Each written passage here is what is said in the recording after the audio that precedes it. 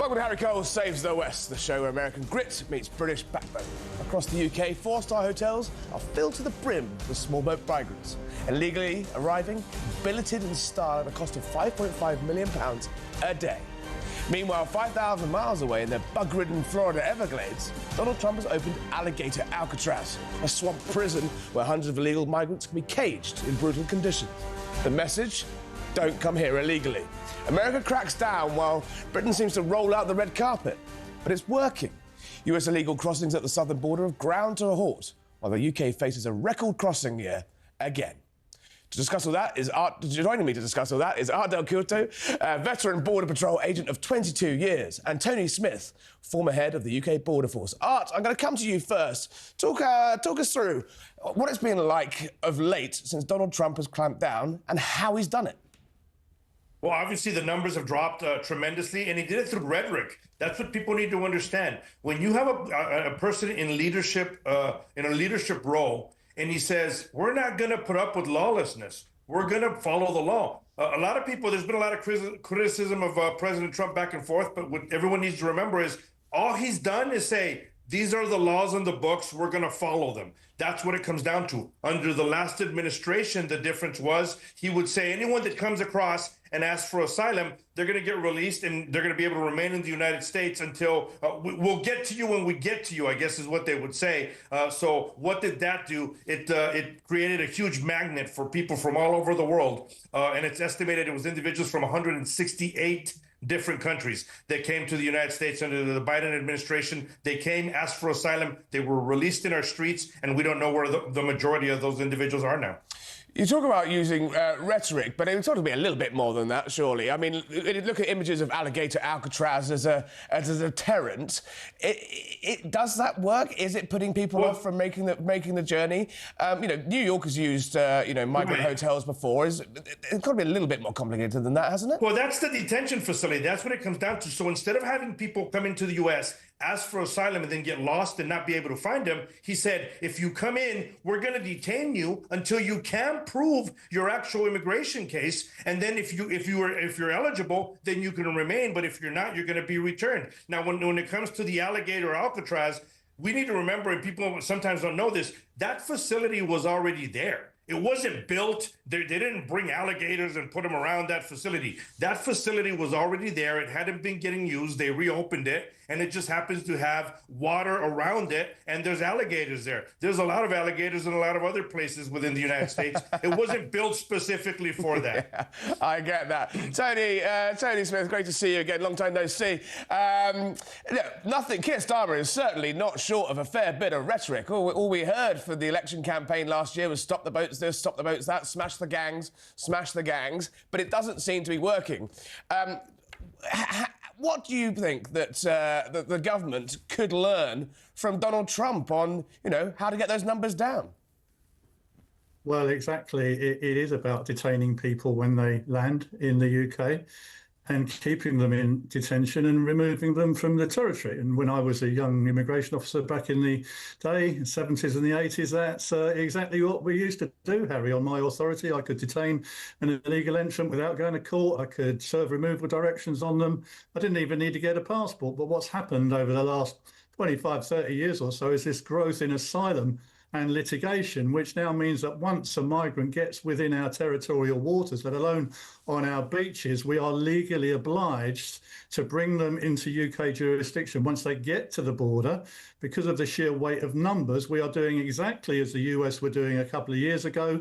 We're paroling them into the UK, mainly into hotels at public expense, and they get piled on this huge backlog of cases, many of which will never be resolved. And so, it does require tough measures. And our hats off to the US. The president has come in, he's signed some executive orders, he's given the guys down on the Border Patrol the powers and authorities that they always wanted to be able to arrest, detain and remove people. We don't have that in the UK Border Force, I'm afraid, Harry. In the UK Border Force, we are where you were, guys, a couple of years ago.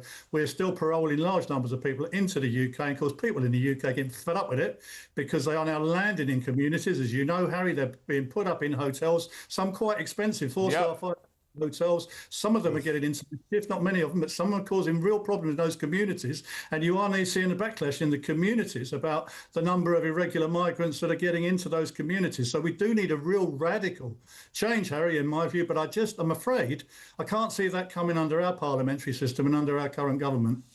You look horrified. Harry, this is the problem when you're having a situation like that. We had it in the U.S., and I would hate for the U.K. to fall in the same boat. When you start creating that beacon and say, if you come, you're going to get paroled, we're going to release you, we'll get to you when we get to you. What happens is you start getting people from all over the world, and they won't come in with their proper documents. So now the UK government is in the same spot that the US was. We don't know what their record was in that country unless we can cross-reference it. So in a sense, you can have criminals from all over the world reinventing themselves, going into this country and just making up a name and starting from scratch. That's a very, very dangerous game for law-abiding citizens in a lot of countries. Tony, what's the morale like in border forces? Do you still speak to your old colleagues there? I mean, it must be fairly draining to sort of basically essentially become a ferry service rather than a border force. Yeah, that is true. I mean, I think what's changed with us is the border force is not what it was when I was there. I did life in there 40 years, man and boy. I know the Border Patrol did do that. But now you get people coming and going into the border force who haven't got that depth and necessarily breadth of experience, sometimes in senior positions. So the officers on the ground are looking for leadership. They don't want to operate taxi services. It breaks my heart, Harry, when you see stories in the media about the border force are just a bunch of taxis and they're all trying to. That's not the case. We cannot put the Home Secretary in contempt of court. We cannot cause unauthorised, we done for a homicide, for death. Look at those dinghies, People are falling in the water all the time. People are drowning. The border force will get the blame for it. They would quite happily detain them, put them on aircraft and remove them if they were allowed to. There's a camaraderie still there. Yeah, of course I'll still talk to them. There is a camaraderie in all the enforcement agencies that's still there. But I think a sense of frustration, really, that they're not being able to do the job that the legislation should empower them to do in terms of detentions and removals.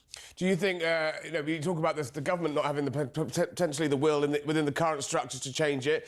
What do you think? Where do you see the issue heading in terms of leaving the European Convention on Human Rights, moving away from some of the refugee conventions and the like? Do you think that the time has come now to really take some of that radical action?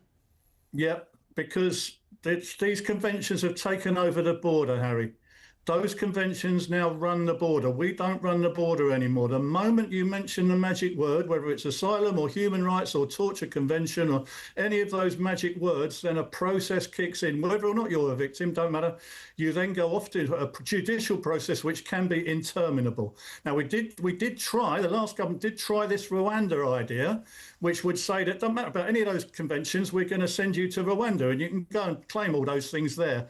But we never got anywhere. It was blocked in the House of Lords. It was blocked in the European courts. We could not get people out on flights to Rwanda. And this government came in, the first thing they did was abolish the Rwanda plan. So we don't have anywhere to send them to. We're trying something with the French, but it's a very, very small pilot to get the odd one back here and there, Harry. It's not really going to... What you've got to do is send a message across the English Channel to all those migrants that are waiting to get in boats. There's no point you getting across here. Once you get here, we're going to arrest you, detain you and remove you from the territory. But we can only do that if we've got the powers and authorities and somewhere to send you to in the first place. You're shaking it. You're agreeing there. The deterrent factor. What else is in America's arsenal as a deterrent? It's obviously much harder to work in America without the correct paperwork. There is obviously a large black economy, cash economy in the United States as there is in the United Kingdom. But what other deterrents do you guys have in terms of stopping people coming?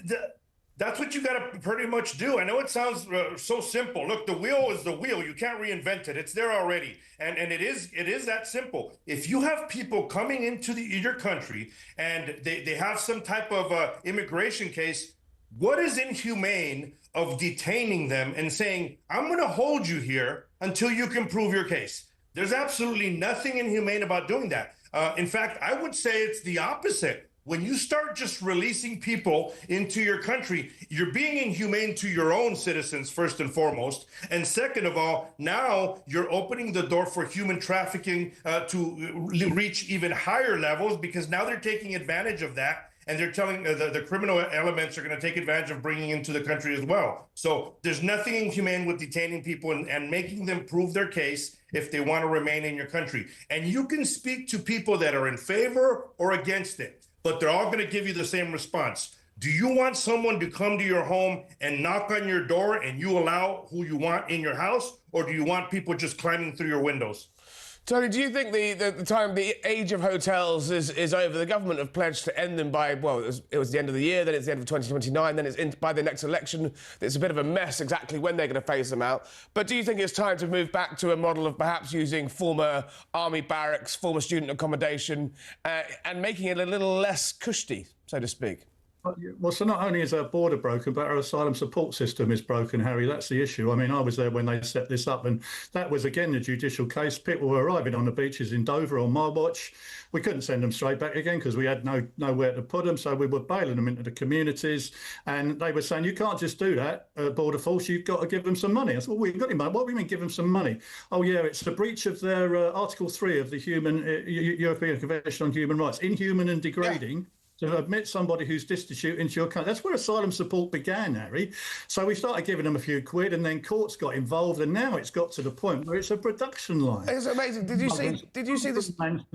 Sorry, go on. No, the story last week, one of the they've set up this scheme to do with the 1 in, 1 out scheme. It's actually about 10,500 in, 3 out at the moment. But one of the reasons they were able to stop them themselves being deported to France, a safe country, was the fact they'd be destitute in France. And the fact was they'd be destitute in France because the British taxpayer gives them a preloaded credit card every week with money on it. And if they get sent to France, that will be taken away from them, and therefore they will be destitute. I mean, it's bonkers, right? Look, yeah, Harry, we're trying to send people back to France, right? It's very near here. It's lovely. We go there on holiday. It's nice. They are signatories to all of these conventions. They could have applied for all of these things there.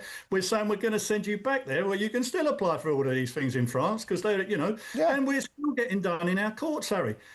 We're still getting injunctions from our own courts saying you can't send them back to France because France is not safe. France is manifestly safe. How can France not be a safe country? But these are the arguments we're up against. That's why I say we've given away jurisdiction over our border to our courts, which is driven really largely by human rights claims and by some fairly liberal judges adjudicate. First level tribunal. You will see some of the cases. I'm sure you've reported on them, Harry, some of these cases where we try to deport people, so we can't send him there because of one reason or another, which seems entirely spurious, but it's based upon these European conventions. So we've really got to sort out our legal framework, and we've got to sort out our asylum support system. And just hats off to the US, because I love those guys down on the Border Patrol. I went out with them a few times. We worked really well with them, and I'm really glad they're getting what they wanted now, and they're getting the powers and authorities. And I think Tom Homan's doing a fantastic job. And I just wish we could do the same thing on our border. But at the moment, Harry, I don't think that's going to happen, I'm afraid. Again, I mean, we're continually to make you look horrified throughout this discussion. There's a lot of anti-ICE, anti-immigration enforcement rhetoric kicking around the United States at the moment. We've seen some horrific scenes today, overnight, with the shooting at an ICE centre. How toxic is the issue becoming in the wider public, or is it actually a fringe sort of left-wing protests who don't like it, but actually the majority of the public quite like what they see, right? So the problem that we're having is you have a lot of people, on the liberal side that are pushing the rhetoric of hate towards law enforcement in general, and they've been doing it for quite some time. And it happened throughout the years. It's not an overnight thing that President Trump showed up and then they figured out how to hate us more. It's been a lot of indoctrination throughout the school system for a long, long time, and they build this push. And you have politicians and you have people in the media that have a certain agenda, and they're spreading their venom and their hate. But then you got the lunatics, like the piece of human garbage that killed my friend, Charlie Kirk, and the piece of human garbage that took shots at ICE agents just yesterday. And unfortunately, lives were lost there as well. Those are the ones that are easily manipulated when they're hearing the rhetoric by these individuals in leadership positions. And they're not afraid to get caught, and they want you to know who they are and what they're doing. That's why they write their names on a lot of this, on the bullet shells, because they want you to know where it's coming from. Tony, I couldn't put it better myself. Tony, inversely, they're seeing actually almost going the other way in the United Kingdom, that flags are going up on lampposts, roundabouts are being sprayed. I know I bang on about this every night, but there is something happening out there. It's actually a sort of tacit support from the public that they've had enough of this and they want the politicians to go further.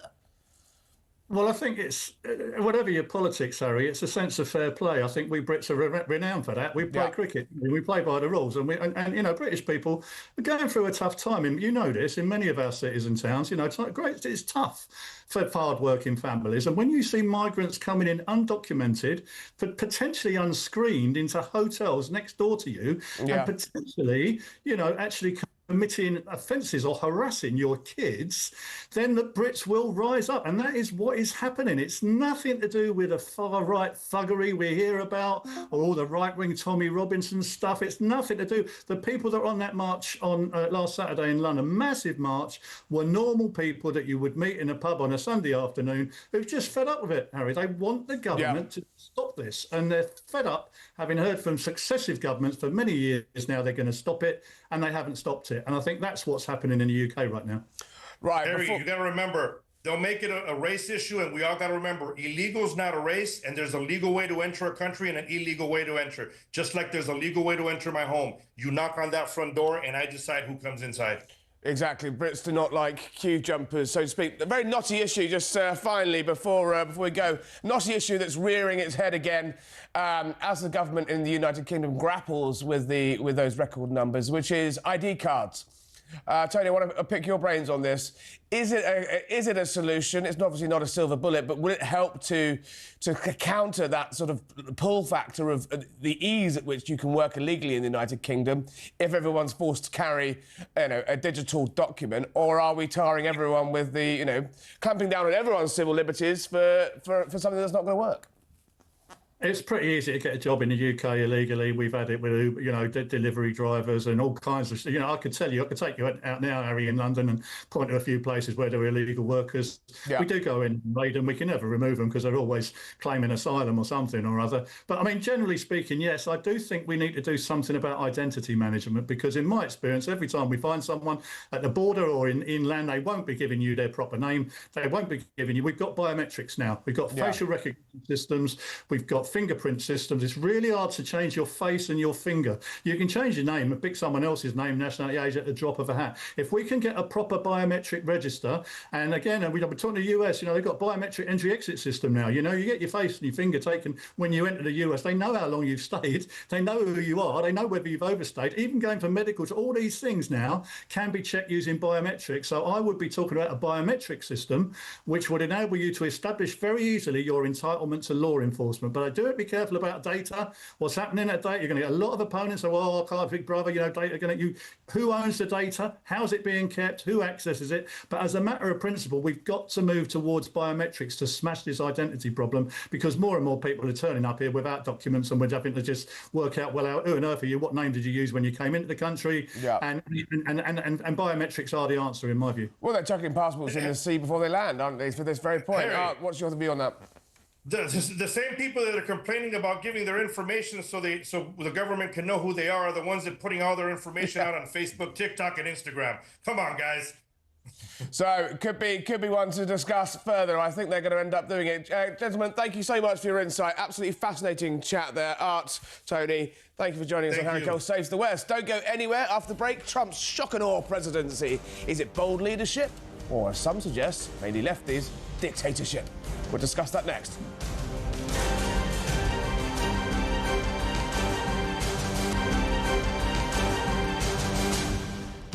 Welcome back to Harry Cole Saves the West. Since storming back into the White House in the biggest comeback since, well, Lazarus, President Trump hasn't just torn up the rule book, he's set it on fire. In a blizzard of executive orders, Trump has tested legal and constitutional guardrails across every single aspect of American life. His supporters insist this shock and awe strategy was the only way to cure sick America. But critics scream words like authoritarianism and outright dictatorship. But how true is that? Trump voters expect their man to deliver, especially on the economy, and seem to tolerate the chaos so far. But more worryingly, the Democrat opposition, whose actual job it is to challenge and push back against the administration, seem to be missing in action. Yes, you've got arch lefties like AOC and Madami in New York who fire off their regular salvos, but their unhinged brand of woke extremism is pretty difficult to take seriously, especially when they say nutty stuff like this. Today, the Republican House majority brought to the floor a resolution honoring, quote, honoring the life and legacy of Charlie Kirk.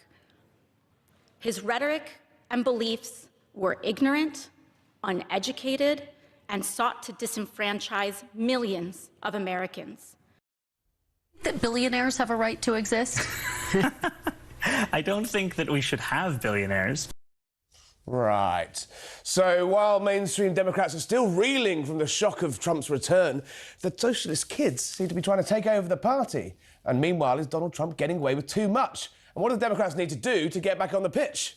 Well, joining me to discuss that is former Biden staffer Michael LaRosa. Michael, from where I'm sitting, it seems that the Democrat Party is still pretty punch drunk. They are, you know, it's like the bomb has gone off, they've still got their fingers in their ears, they're ringing, they're reeling. There's no real opposition. And meanwhile, the Trump train is just tearing through, almost unchecked. Yeah, that's sort of the way the system works when you are out of power in all three branches.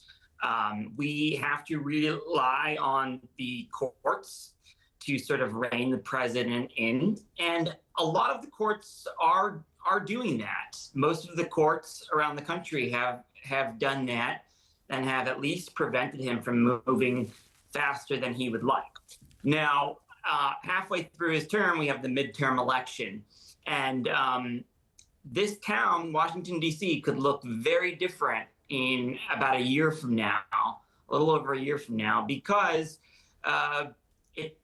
Democrats picked up 2 seats when Donald Trump won the presidency in 2024, probably thanks to Kamala Harris, actually, because they made a transition from Biden to Harris. We were able to keep a lot of Senate seats that we didn't expect to keep, and picked up 2 seats in the House, making the margin for error among Republicans very small. So our chances of taking back the House of Representatives is actually quite good mathematically, and that will slow him down even more. Is that true, though? Because I've been looking at some polling. CNN had some polling this week that showed that Trump, on those key issues, things like the economy and immigration, Trump hasn't just, he's gaining support. He's actually gained since November's election on the crunch issues that these elections come down to. Sure, but what I love about midterm elections is that they're kind of denationalized. Yeah, punch. And ultimately, what Democrats have to do, and Republicans will be doing as well, is they narrow down about 45 to 65 different communities around the country, and those contests are about who can better represent their district, who's a more tailor-made fit. And when the math is only 5 seats in order to win back power, the odds are really good for Democrats right now. And as George W. Bush remembers from the 2006 election, we made life very difficult for him those last 2 years. Yeah, I mean, you'll be itching to start trying to impeach President Trump again and again and again. All those committees, I can see it. I can see it coming. Just briefly, how worried are you about the rise of the sort of hard left within the Democrats? AOC is obviously making a lot of noise. You've got Madami up in New York. Sort of President Obama gave a sort of tacit support to Madami, despite his pretty extreme left-wing platform and previous comments. In Britain, we saw this when the Labour Party lost the election in 2015. They shifted very hard to the left with Jeremy Corbyn and essentially lost control of their party for 6 years. What's the concerns about a similar sort of tilt to the left, and how do you think that's going to go down with the American public? It's a good question, and it's getting a lot of attention here. I think, the ironic part is that in New York, the National Democratic Party leadership, in the House of Representatives and the Senate, are both a senator and a congressman from New York City as well. And they haven't decided to endorse him yet. They might. I'm hoping they don't. I don't think he's a good reflection of the rest of the Democratic Party. And that is a big election this November, the mayor's election in New York City. But there is a governor's race in New Jersey and a governor's race in Virginia. And those states do reflect more of the rest of our country. Manhattan has always been sort of an anomaly in terms a woke liberal hotspot. I'd describe it. My words, not yours, I suspect. Let's talk about the sort of national state of the party, though. And obviously, attention's looking towards who could be the person to fight the next presidential election. We've got Gavin Newsom making a lot of noise. My favourite description of him is America's toxic boyfriend. Is he a serious candidate? And come on, do you really think Kamala Harris could have another tilt after what happened last time? So Gavin Newsom is a very talented political athlete. He he takes risks, unlike most Democrats. He ran ads in Palm Beach a couple of years ago just to annoy Donald Trump. Just to annoy Donald Trump. He's the closest we have to really even the scales when it comes to punching back. But it's going to be a big, crowded primary on both sides. To be honest, on the Republican side, there won't be a coronation of the vice president. Most people on the Republican side don't know if the vice president could actually win.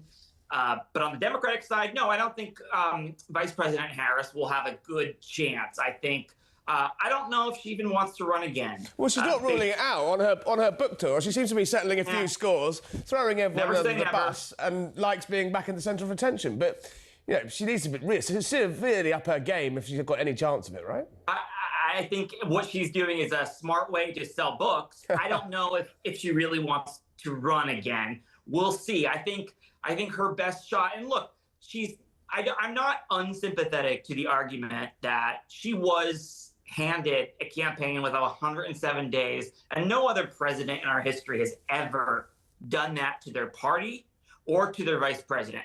Yeah, however, that's part of the problem, wasn't it? In the fact that the American public looked at what went on in the White House, the unedifying spectacle of Joe Biden, and then being eased out, and thought we're not really up for that. And Biden has to accept most of that blame for where we are now. However, when we did take a look at what she was like as a candidate, there were a lot of things that people, Democrats especially, did not like. She's very risk averse. It's hard to get an opinion out of her. It's hard to get a position. And that's not leadership, is it? Well, it doesn't sell. People would rather you have a position. People would rather have somebody give their position or give their opinion about something maybe they disagree with, rather than run scared. And because that just shows you just want to get elected and you're trying to hide the ball. Who are the Democrats most afraid of come 2028? You've obviously got J.D. Vance, and they're already calling him 48 in Trump world circles. A J.D. Vance Rubio ticket is being floated as well. J.D. Vance, Don Jr. perhaps, keep the brand alive. Who are you guys looking across the aisle and sweating a bit at? You know what? We have so many problems on our side that my opinion is not my monkeys, not my circus. We'll let them figure that out. And we have our own circus to deal with. We have a lot to fix before we even get there. And I think it's going to be another really crowded Democratic primary. But I do like the fact, I think it is appealing and attractive that the Republicans have these two younger generation of leaders in Vance and a Rubio. I hope Democrats lean towards a more younger generation. I hope we go with an outsider, someone who's not a politician. If you're a betting man, who would it be? Betting that who it will be or who I want it to be? Both. I would like to see Mark Cuban run at this point. I'm also a big fan of Rahm Emanuel. And his style, his tactics, and his brain. Chicago bruising back in the Democratic Party. Michael, thank you for joining us. Take care. Yeah, you're welcome. Anytime. Right, well, next we have Tom Peck, the man from the Times, a sketchwriter extraordinaire and something of a comedian, I'm told. A very funny writer. If you haven't been reading his sketches, you've been doing politics all wrong. Tom, you had the pleasure, while we're discussing the Democrats, of sitting through an exclusive evening, well, exclusive to 20,000 people in the O2 Arena last night, of Barack Obama. How was that? And what a pleasure it was. You know, you've been talking just then about the Democrat candidate for next time round. What somebody sitting near me last night said last night was that, you know, Trump keeps flying these kites, doesn't he, making these suggestions that he could do a third term.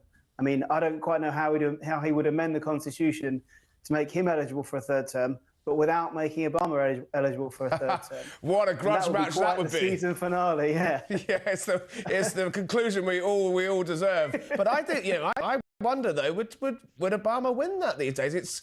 He seems, you know, he's always been very, very long on the rhetoric and very short on the detail. Was he in full singing mode last night? I mean, what a treat to be there, kind of. I mean, obviously, I keep my own political views very close to my chest, but I will exclusively reveal that I was a young man once in 2008, and I did fly out to DC to be on the Mall for this era-defining moment of change. And I think there were quite a few people sitting around me last night who might also have been there, not that young anymore, and sort of given up on the idea of hope and change and are happy to just pay £100 to sit in a dark room and pretend that the outside world doesn't exist anymore. You know, there's that Velvet Underground song, isn't there? You know, and if you close the door, the night could last forever. And I think there were a lot of middle-class, well-off liberals having a nice hour and a half of complete denial. Was there any contrition, though? Was there any suggestion, you know, the failures of the Obama White House, the failures of the Obama presidency, was what opened the door to Trump won. Was there any self-reflection on that from the man himself? I don't think there was any contrition at all. No, none of that.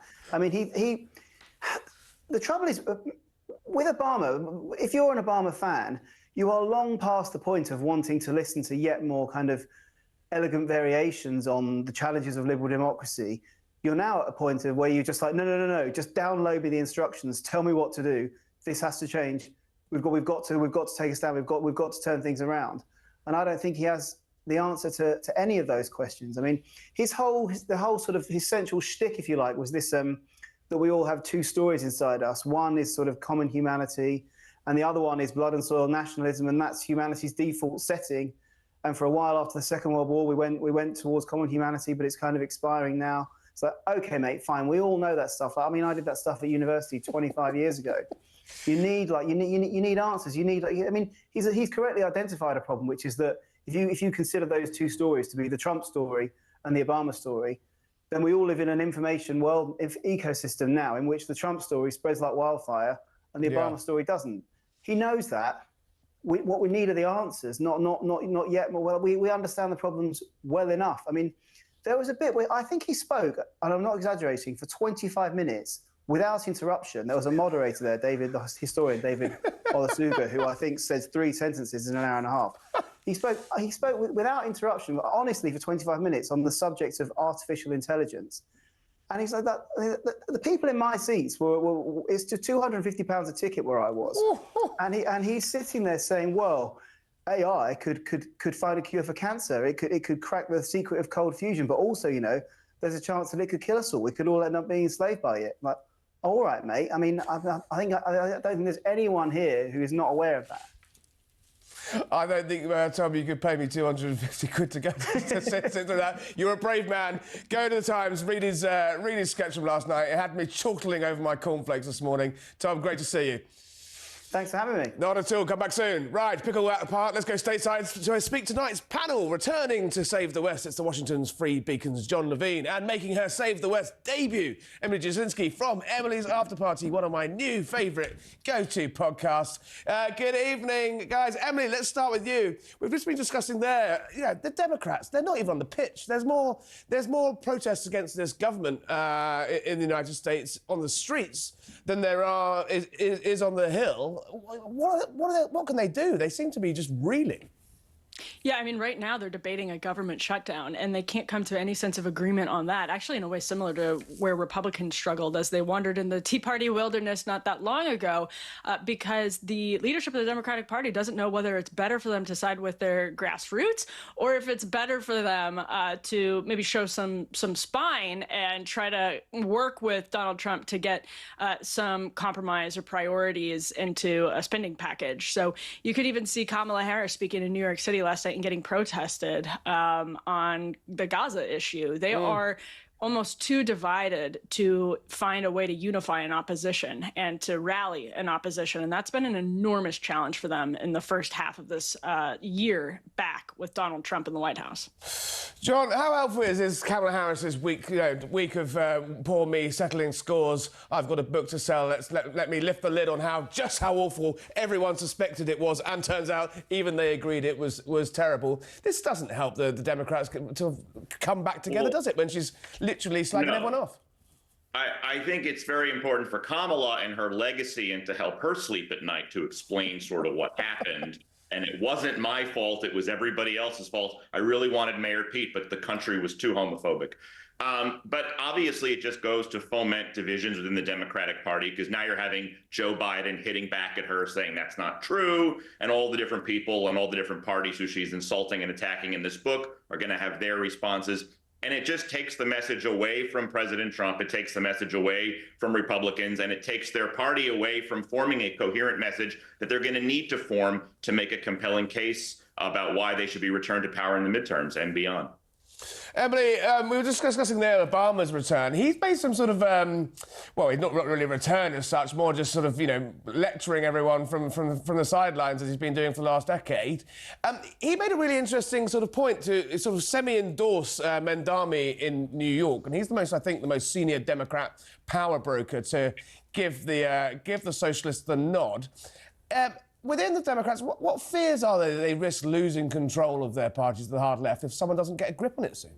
Yeah, it's an incredible fear that's motivating. For example, the reason that Kamala Harris, when asked by Rachel Maddow about Mamdani recently, said, I will support the Democratic candidate. Didn't even say I will support Zohran Mamdani, but said the Democratic candidate, because they're not sure what to do with him. And part of the reason for that, Tim Miller actually explained this after he had Zohran Mamdani on his podcast, The Bulwark. He told me on After Party about a month ago that one of the things he started hearing in the background from Democrats was they worry that getting behind Mamdani will inspire a wave of primary challengers. Again, sort of like what happened with the Tea Party, that toppled people in positions of Republican leadership. So they're trying to keep him at an arm's length, in a sense, to keep their grassroots at an arm's length because they're afraid of their own voters. John, I mean, it seems to me that, for people that perhaps enjoy the sport of watching left-wing parties implode, we're in for the long haul here. How helpful was Obama's intervention, and what's he up to? Is he securing his own legacy, or is he genuinely trying to shift the party to the left? I think at this point, Obama is never helpful in any capacity after his post-presidency. It feels to me like he was president 200 years ago. Yeah. He is completely out of touch with where the Democratic Party is today. I cannot think of it. Occasionally, Obama will give a talk and it'll go viral on social media, and there'll be a clip, and I'll be like, who is this man? And he'll be saying something that's completely out of the mainstream. It's like he hasn't turned on a television or read a newspaper. He's not plugged in to where the Democratic Party is today right now. And I think that's the key thing. And you're going to see a lot more people like Mamdani come, and they are going to primary establishment Democrats. And Democrats are going to be afraid to endorse them because they know if you endorse Mamdani, you take upon all his positions onto yourself. They all wash over you. And just like defund the police and many other sort of, and BLM and these mass psychoses that Democrats have undergone in recent years, I suspect a lot of what Mamdani is putting forward now, in 5 years from now, a lot of Democrats are going to pretend like, well, that never happened. Yeah, much like it's happened in here. Jeremy Corbyn, who was that guy? John, Emily, don't go anywhere. We're going to take a very quick break. And next up, we're going to talk about my favourite subject, once again, free speech, and a surprise engagement at the White House.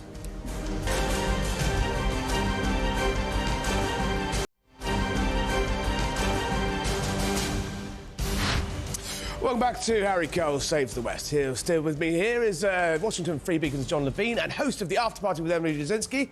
Emily Jasinski. Right, well, it's a nice day for a White House wedding. Have a look at this.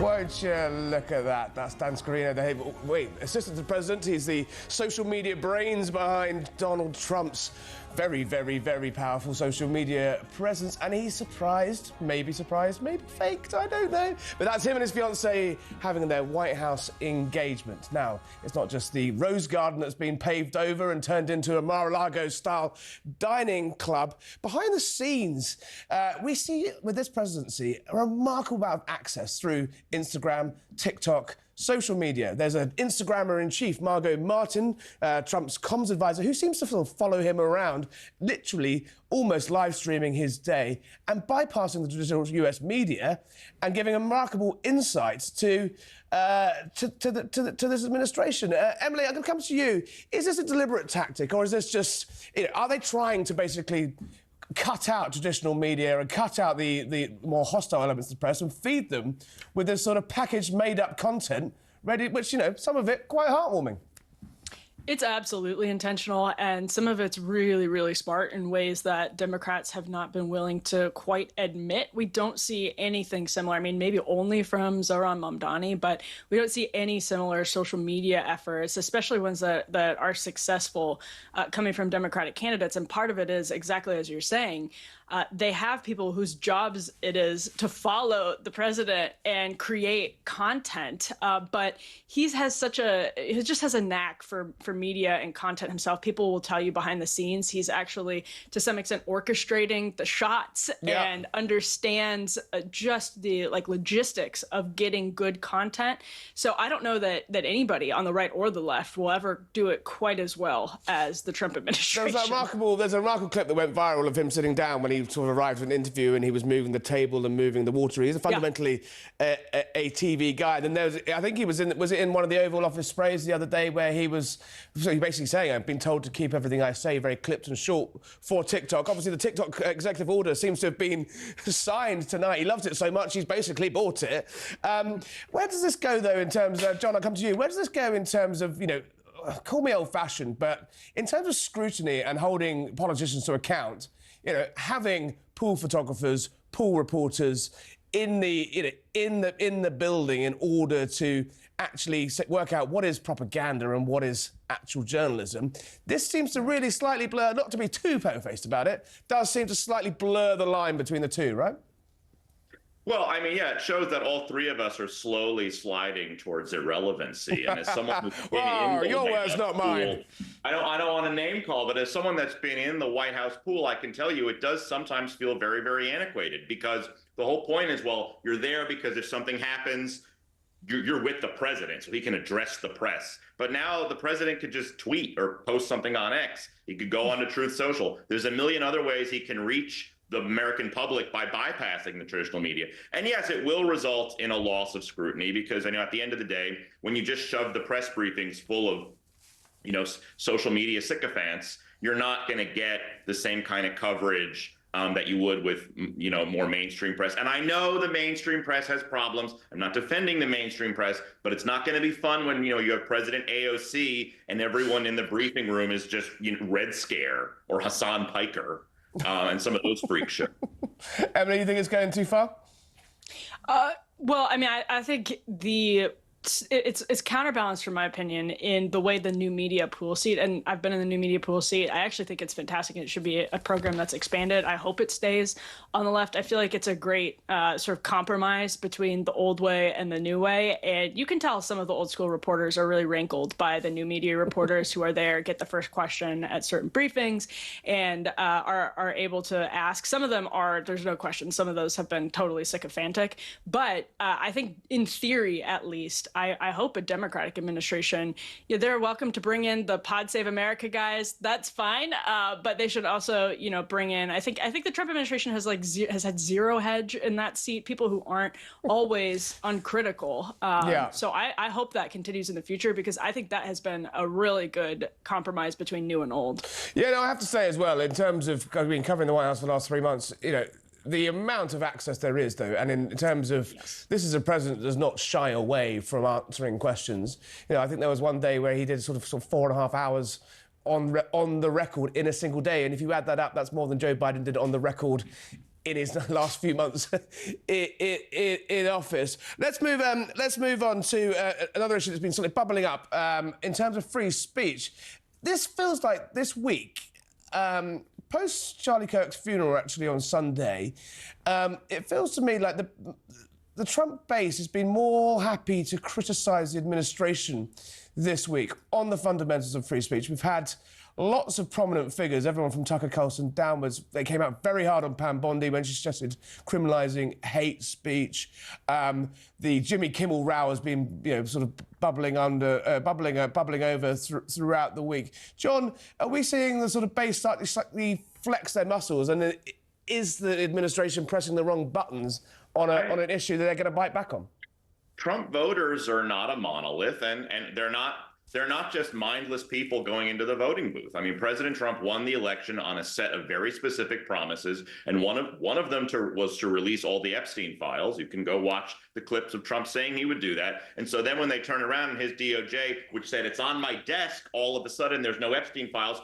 Yeah, a lot of Trump voters are going to have a problem with that. And free speech was another obvious platform where the right, which has been so discriminated against by progressives when they are in power, and then for Republicans to come into power and even suggest and dance around doing some of those same practices, it's just bad business. And you cannot become what you hate, because then you destroy yourself. I think that's a quote from Star Wars, isn't it? I forget who said that. It could be Star Wars. Something like that. Emily, I never thought I'd live to see the day that Bernie Sanders would be positively tweeting about Tucker Carlson and Candace Owen. Candace Owen has been saying some pretty wacko stuff this week, but it seems to have horseshoed around and united the left and the right.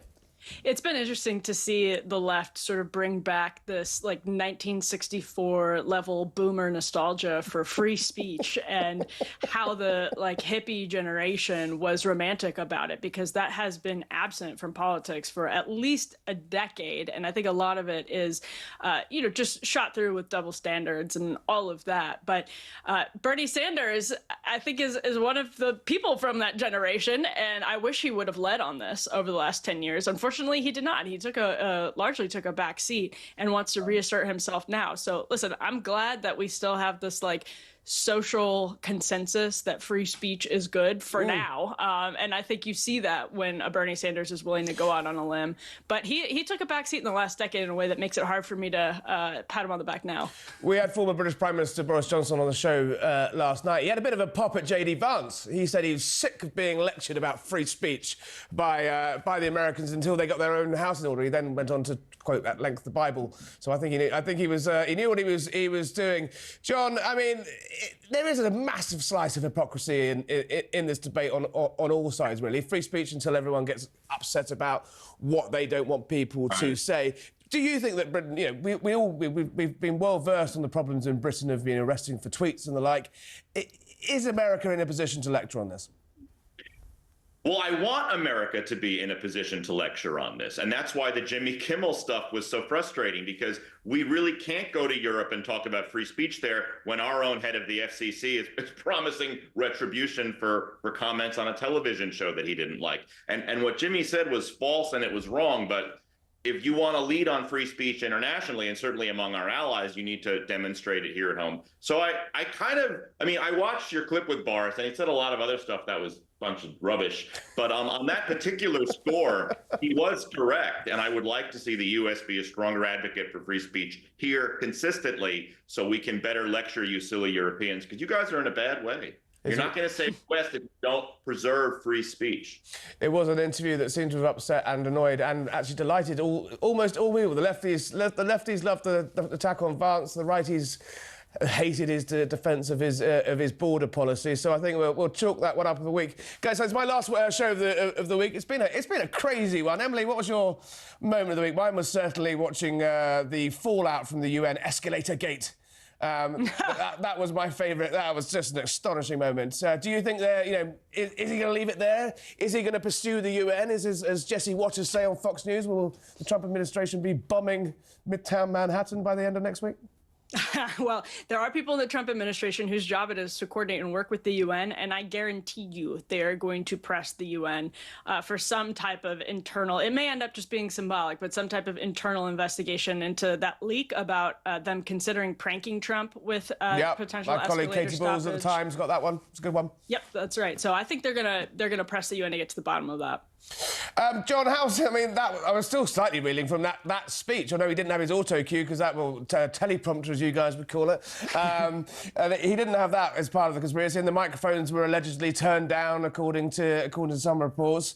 The content of the speech, though, was still pretty crazy. What was your take on it? Iconic. And I'll tell you, as someone as a veteran of many Trump speeches, I've been in the spot where I can see the teleprompter, and you can tell when it goes in ad lib because the prompter is just gone. It's frozen, and he'll go into some story about Al Capone or whatever it may be, and then he eventually gets back to the teleprompter. So he's very, very capable of winging it and ad libbing. But it was iconic, and I mean, I don't know how much practical value it will have, but seeing the president of the United States tell all of these world leaders, you know, your countries are in a very bad way, and especially with respect to Europe, he notably didn't name specific countries, but as everyone else, both of you know, Europe has taken in a lot of people who do not share your values at all. They're not European. They don't care to even assimilate to your values. They won't learn your languages, and you have no mechanism to do anything about that. So that he correctly diagnosed that issue, and he's trying to stop it from happening here. The UN is essentially a fairly useless talking shop. I mean, not least the Security Council, but the UNGO, the General Assembly, particularly. Emily, are we seeing that Donald Trump, unless he changes the Constitution, as the Democrat guests earlier were suggesting he might try and do? This is Donald Trump, you know, unleashed. He doesn't have to worry about re-election anymore. He's definitely punchier in terms on the diplomatic stage than he was during Trump 1, I'd say, taking the fight directly to his, you know, to the two countries at the UN. Are we going to see more and more of this? Yeah, I mean, I've thought about this in terms of baseball, which is, you know, he's swinging for the fences at the bottom of the 9th inning. And I think that's what we saw with the UN speech is this guy wants a Nobel Peace Prize. He thinks he deserves a Nobel Peace Prize. And so in his quest to get a Nobel Peace Prize, he is going to start offering these structural, foundational criticisms of the geopolitical elite because he knows that they don't really like him, but he's trying to make it to the point where they can't ignore him. And a lot of it is like trying to brand himself as a peacemaker. And I think that's what we saw at the UN this week. With Netanyahu arriving at the White House on Monday, Donald Trump tonight saying he's going to lay down the law on the West Bank. Can we see some more fireworks, diplomatic fireworks, Emily, on Monday, do you think? I think absolutely we'll see more diplomatic fireworks on Monday, partially because of what we were talking about earlier, which is that Trump brings the press in to a lot of these bilateral meetings. And you see the press then coming in and asking tough questions that Trump then chimes in. It's always crazy during these bilaterals in the second Trump administration because everyone just is, it's almost a free-for-all. I mean, John, we saw today the Turkish president was told he knows a thing or two about rigged elections. I mean, this is not normal diplomacy, is it? Is there method to this madness? Or is this just the greatest show on earth for hacks like us? You know, my truthful response to that is I don't know, which is not something you're ever supposed to say. No, we're here to ask the big questions. I don't know what this is. I hope it's 7D chess. I hope there's a grand plan behind everything, and that Turkey's going to come in and save the day in Israel and help with Syria. And he's just like, yeah, you conquered Syria. We're going all over the place with that. And I'm imagining that sweet woman sitting next to Erdogan translating this into his ear during that. But it's wild, and we live in an incredible era of radical transparency. You know, you can call the president of the United States on his cell phone. Let's get him on the show. His number is out there, and I have called him, and he has picked up. He will pick up on the first ring. Well, I think we'll do that. We'll do that live on the show 1 week, maybe on the after party. Let's get him out in some way, guys. I'll see you in DC next week, where I'll be returning. John, Emily, great stuff. That was Harry Cole Saves the West. We'll be back in the US next week. Good night.